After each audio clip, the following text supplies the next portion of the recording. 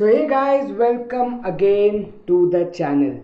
So finally heading towards the next part of complex number, जो कि हमारा second lecture है। और आज का लेक्चर बहुत ही सिंपल लेक्चर होने वाला है, लेकिन ये आपकी बेसिक अंडरस्टैंडिंग बढ़ाएगी कॉम्प्लेक्स नंबर पर। And this topic is on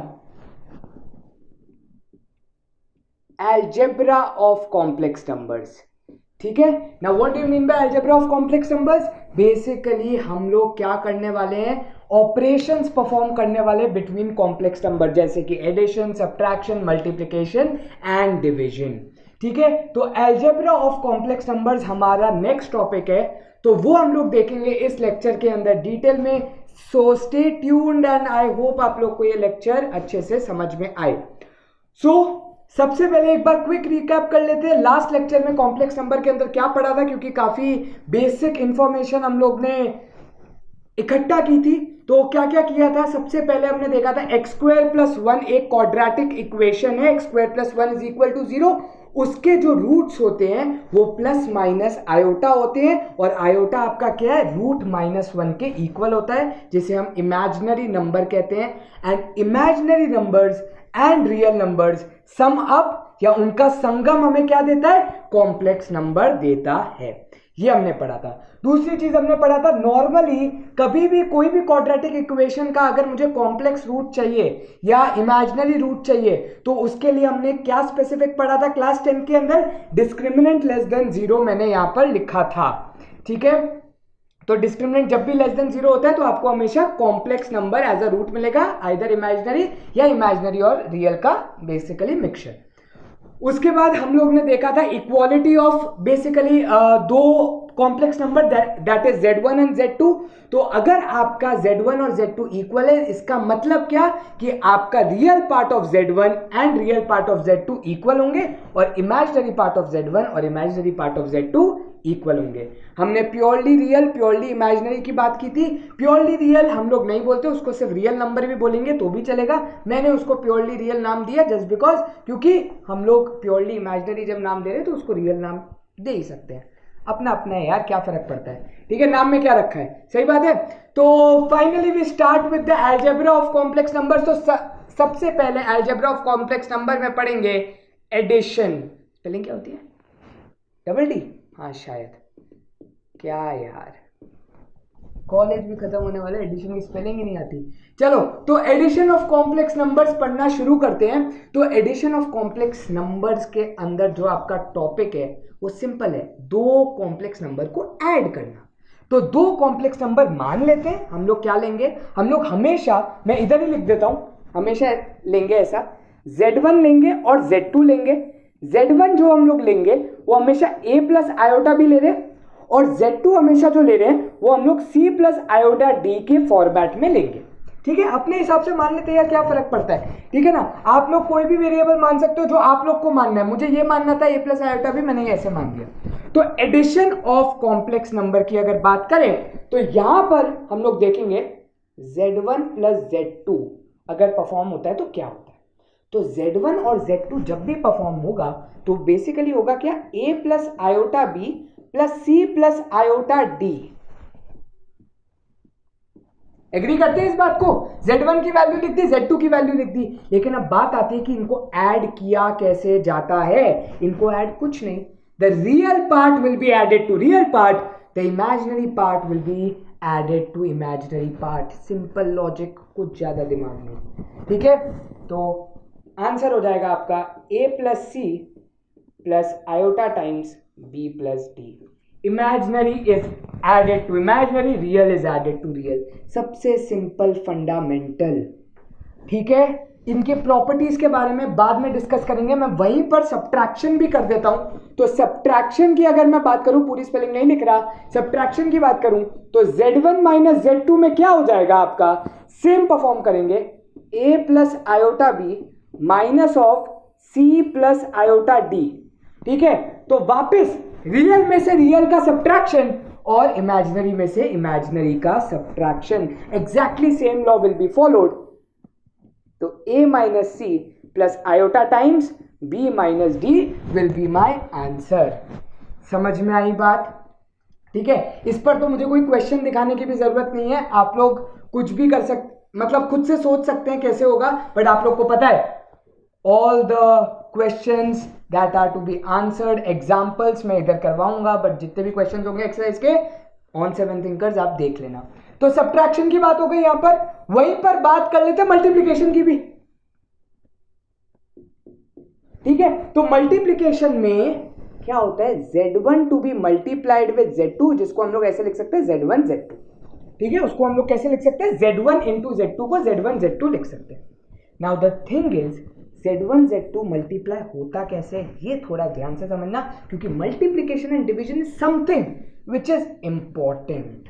ठीक है, क्योंकि ये बेस है, ये बेस नहीं है, ये तो कोई भी बंदा कर सकता है। आज मैं अगर 4th 5th वालों को भी बताऊं ना ऐसा करते, कर लेंगे, ये नहीं होगा, ये समझना पड़ेगा। क्यों, रीजन देखो, a plus iota b to be multiplied with c plus iota d, so we will be using distributive property over here. ठीक है, हम लोग डिस्ट्रीब्यूटिव प्रॉपर्टी यहां पर लगाएंगे, और आपको पता है डिस्ट्रीब्यूटिव प्रॉपर्टी क्या होती है, डिस्ट्रीब्यूटिव प्रॉपर्टी होती है कि this a will be multiplied with c plus iota D and iota b will be multiplied with c plus iota D. Normal distributive law class 6 से जो पढ़ते आए। तो पहले हम लोग मल्टीप्लाई करेंगे तो आंसर क्या होगा, a into c, a into c. Similarly फिर मल्टीप्लाई करेंगे तो क्या होगा, a इंटू आयोटा डी। तो real number multiplied with an imaginary number, तो कैसे परफॉर्म होगा, ये मैं एक छोटा सा एग्जांपल नीचे लिख लेता हूं, आप जरूर देखना ये चीज। If 2 is to be multiplied with 5 iota, जैसे 2 एक रियल नंबर है और आयोटा डी की वैल्यू 5 है, when 2 has to be multiplied with 5 iota, my answer will be 10 iota। मतलब क्या हुआ, बेसिकली आयोटा तो एज इट इज कॉपी, और आपके जो नंबर्स है that is the real part and the imaginary part, that will be multiplied. समझ में आया, इजी गोइंग, ये ऐसे मल्टीप्लाई हो जाएंगे।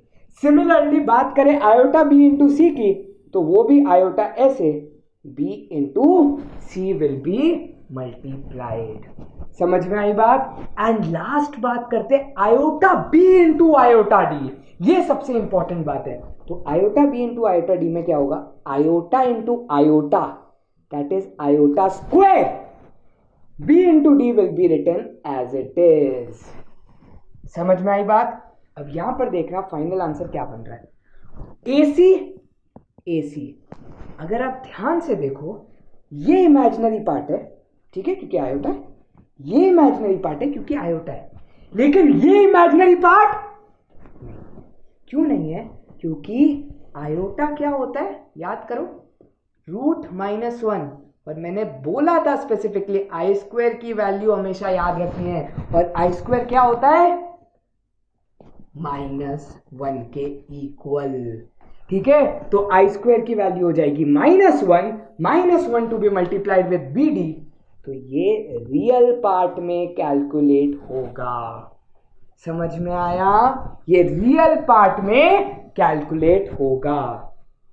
ठीक है, तो a plus iota b into c plus iota d का जो रियल पार्ट बनेगा वो a c minus b d बनेगा, और जो इमेजिनरी पार्ट बनेगा वो AD प्लस BC बनेगा। This is my multiplication. Clear हुई बात, ये मल्टीप्लीकेशन कैसे करते हैं। ठीक है, तो ये है बेसिक मल्टीप्लीकेशन का फंडामेंटल, ये आप लोग को दिमाग में याद रखना है। अब मैं डिवीजन बताऊंगा, यहां पर हम लोग फिर प्रॉपर्टीज डिस्कस कर लेंगे। डिवीजन में आप लोग को यहां पर बता देता हूं, ठीक है। तो डिवीजन के बारे में अब मैं आप लोग को डिटेल में बताऊंगा। डिवीजन भी थोड़ा सा ट्रिकी है, ठीक है, डिवीजन भी क्या है, थोड़ा सा ट्रिकी है। तो डिवीजन में क्या है,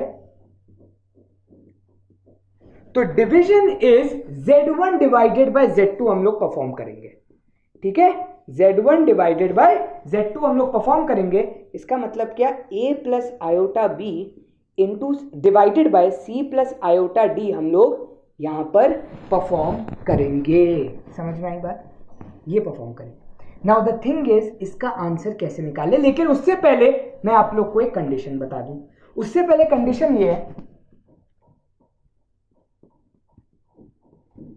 सब डिवीजन में आप लोग को पता है, सब डिवीजन का मतलब SUB डिवीजन नहीं, सब SAB, सारे डिवीजन जब भी हम लोग परफॉर्म करते हैं तो उसकी एक कंडीशन होती है, और वो कंडीशन क्या है?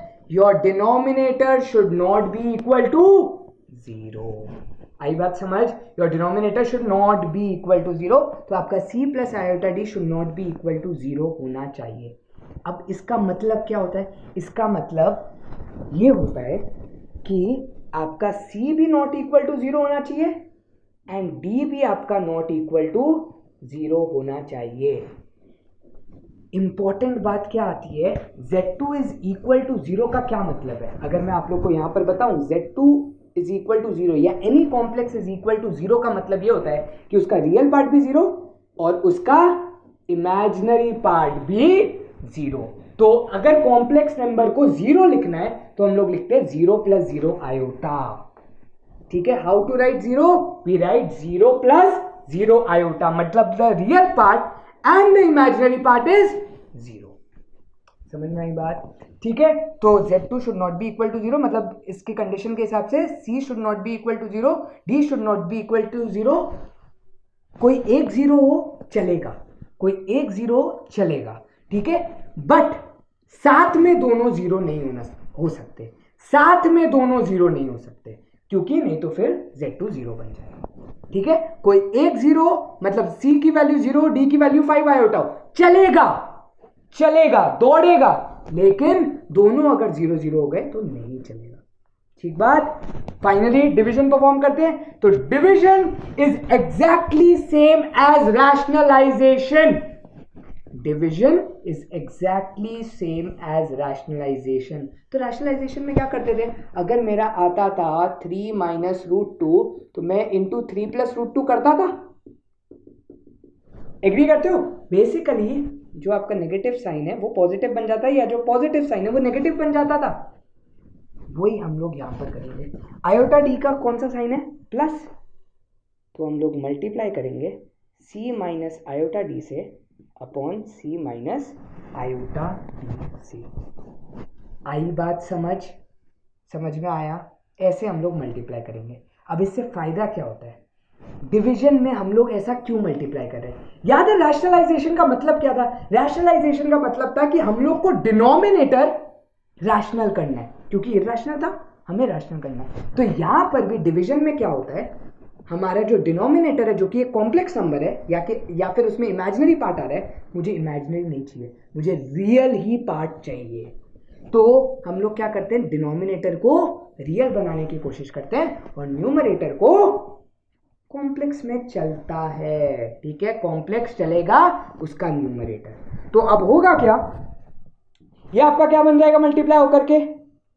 AC iota B into C iota BC, ठीक है, A into minus iota D तो माइनस आयोटा AD, और फिर iota B into minus iota D, iota B into minus iota D, मतलब क्या बन जाएगा? Minus iota square BD।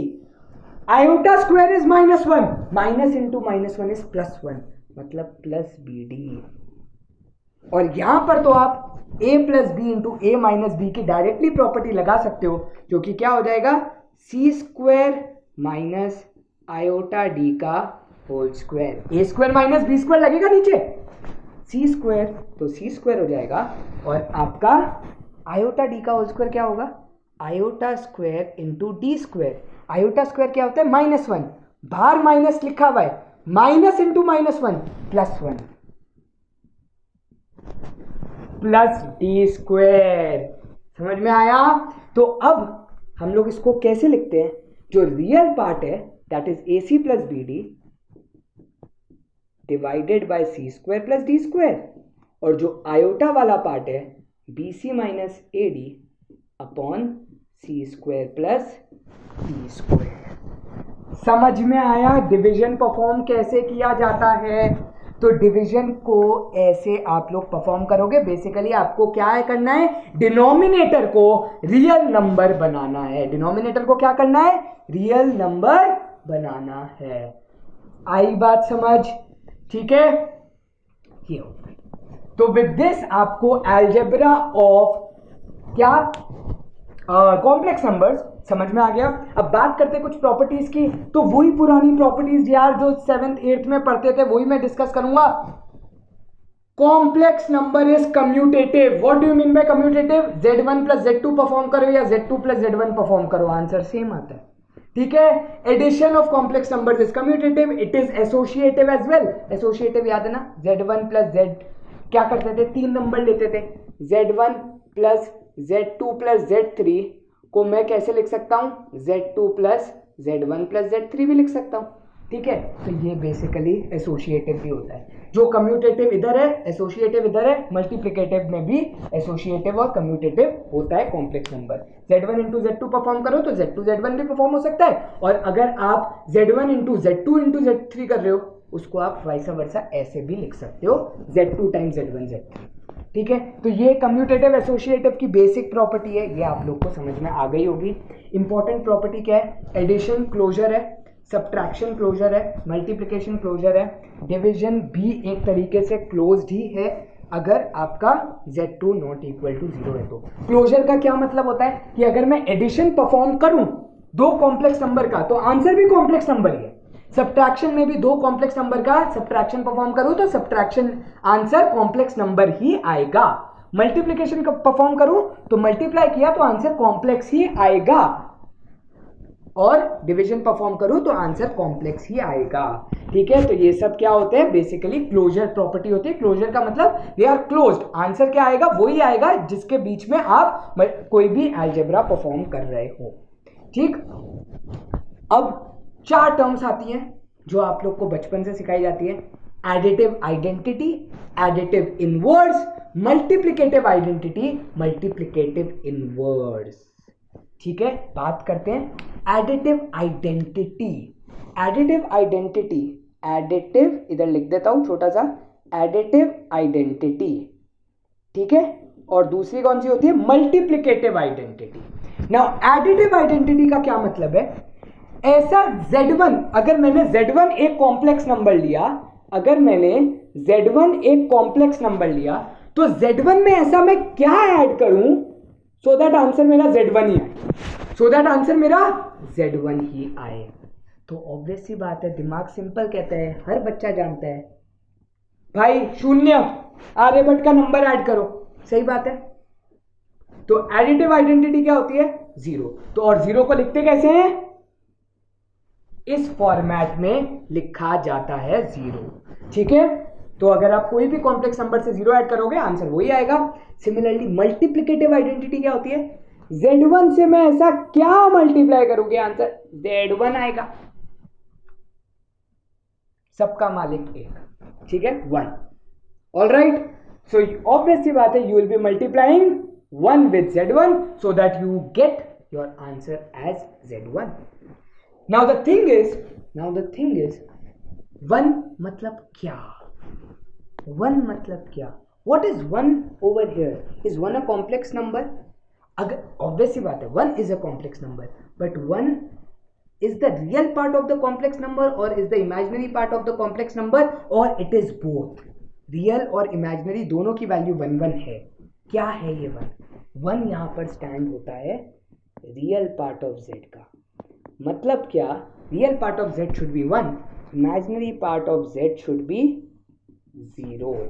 इसका मतलब क्या, ये जो नंबर लिखा हुआ है ना, अगर इसको मैं z2 नाम दूं तो z2 is 1 plus 0 iota. Clear हुई बात? ठीक है, Z1 का Z2 आपका 1 का मतलब क्या है, इट इज रियल 1। जो रियल नंबर आप लोग आज तक पढ़ते हुए आए हो ना, एक्सेप्ट कॉम्प्लेक्स, जो भी रियल नंबर पढ़ा है ये रियल नंबर 1 है। ठीक है, ये रियल नंबर 1 है।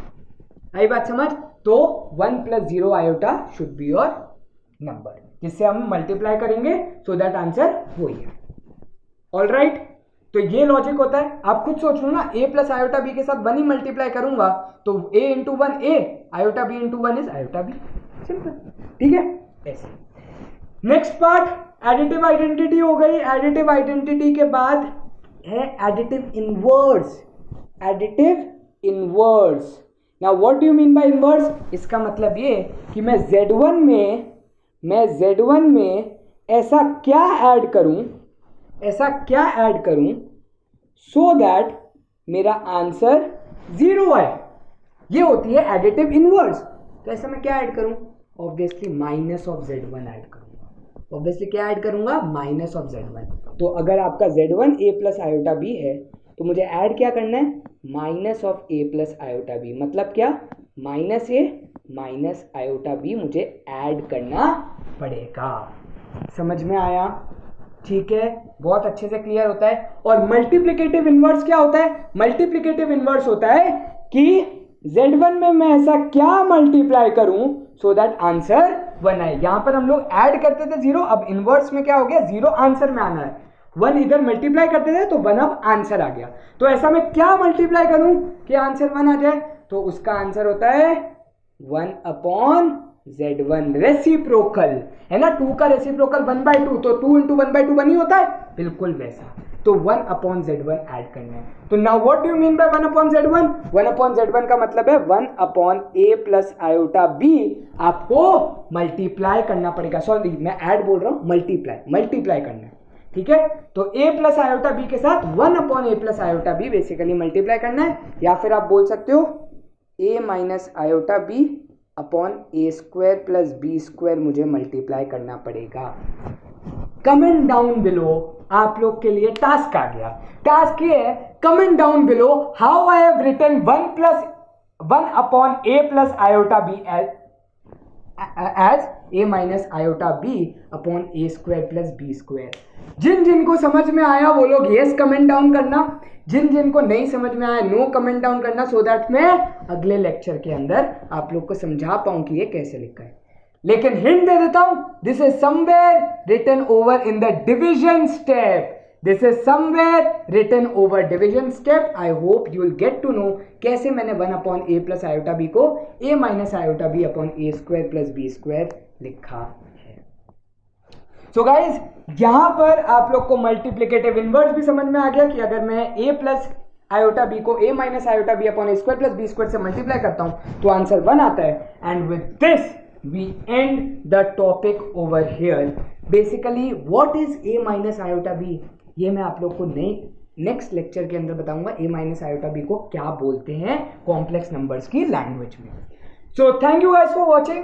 फाइनली आई होप आप लोग को अलजेब्रा क्लियर हुआ होगा। इसके जो क्वेश्चंस है वो अपलोडेड हैं वहां पर, तो आप लोग इसी के क्वेश्चंस वहां पर देख सकते हैं। आई होप आप लोग को समझ में आ गया होगा कैसे परफॉर्म किया जाता है, और क्वेश्चंस आप देख लोगे तो बहुत ही अच्छे से चीजें आप लोग के लिए क्लियर हो जाएंगी। टॉपिक आई होप आप लोग को समझ में आया होगा, और जितना भी टाइम आपने यहाँ पर स्पेंड किया इस चैनल पर आप लोग के लिए वर्थ इट होगा। प्लस कुछ मस्ती वाला कंटेंट अगर आप देख रहे हो तो वो भी आप लोग के लिए मजेदार होगा। And I hope this channel is good for you. आप लोग एंजॉय कर रहे हो, मजे कर रहे हो, पढ़ भी रहे हो। एंड थैंक यू गाइज, जो आप लोग मुझे सपोर्ट कर रहे हो उसके लिए। Thank you guys for watching. Meet you in the next lecture. हम लोग काफी डिटेल में जाने वाले कॉम्प्लेक्स नंबर के, अभी भी बचा है फॉर बोथ। अभी कॉमर्स के लिए तो बचा ही है और एनसीईआरटी वालों के लिए तो अभी बहुत बचा है, ठीक है। तो thank you guys for watching. Meet you in the next lecture. Bye bye guys, thank you, शब्बा खैर, thanks a lot again, bye.